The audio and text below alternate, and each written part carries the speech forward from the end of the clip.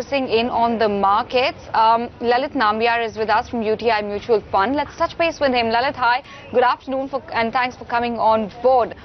Just want to start off with the kind of cues that we're dealing with globally and locally.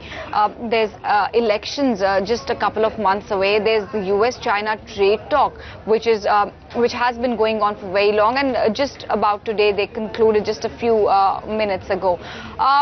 Otherwise, there's also uncertainty regarding what the Fed's stance will be, what will be their policy going forward for the year. So amid all these uncertainties, how are you navigating the markets?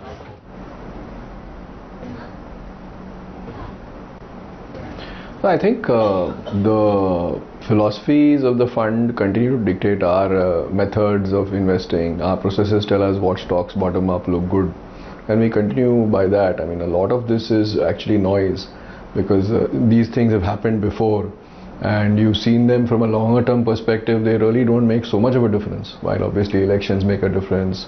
I think the US-China thing is quite critical, but I think in the final analysis, I think it's probably important to focus on the fundamentals of the stocks rather than get so much caught up in all this noise.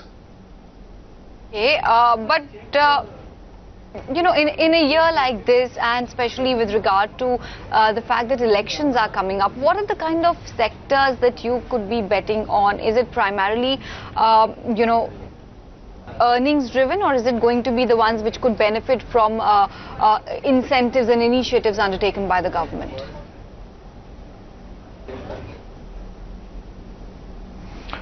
So I think to some extent in the short term the government incentives make a difference to earnings, but I think the bigger picture and the longer term picture is determined by the competitiveness of the company and factors which are intrinsic to the company. So if you look at the trends today which we're facing, we're possibly facing some amount of populism in the run up to the election. We are seeing global worry factors. But clearly what seems to be holding off is the investment cycle, at least in our country, because people want to be more certain about their prospects once they put up capacity. And to that extent, I think if we were expecting an investment revival, that may have got slowed down a bit and pushed back a bit. But that still doesn't mean that it's not going to happen post the elections, because once you have a new government in place, whatever its color, the policies are not very different from one another, as we've seen through our history. And to that extent, I think when we see investments coming back in, whether it's through the private sector or the government continuing with its investments, that is likely to be positive for sectors such as construction, infra, and capital goods.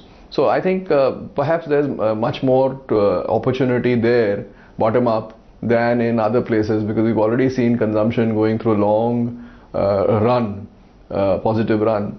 So in that sense, I think this positive surprise can be expected more from the non-consumption space. Okay, Lalit, you also seem to be preferring construction sector as one of your key bets. Just want to understand, while all in the last many months, in the last 1 year or so, we've seen a fantastic pickup come by in the infrastructure and construction space. But, right ahead of elections, it's more consumer-centric, more people-centric sort of incentives doled out by the government. The focus is more on the consumption space. What is it that you're seeing in the construction space? What are the levers in place that are compelling you to bet big on it?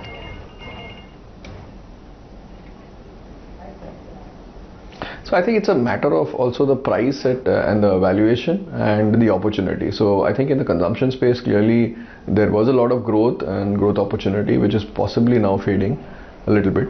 And you have the issues around rural India to some extent, which is a bit of a drag. And while government policy may help, it's sort of making a very bad situation normal. It's not that we're going from normal to great. And as far as investment is concerned, I think it's basically a place where the government has always focused, and we are now waiting for the private sector to step in, and perhaps the private sector is holding back because of the elections. So if you look at the growth for the next year or so and the order book of these companies, I think they're well placed. So I'm not saying per se specifically construction, I'm just saying some of those opportunities which are linked to the investment cycle need to be looked at.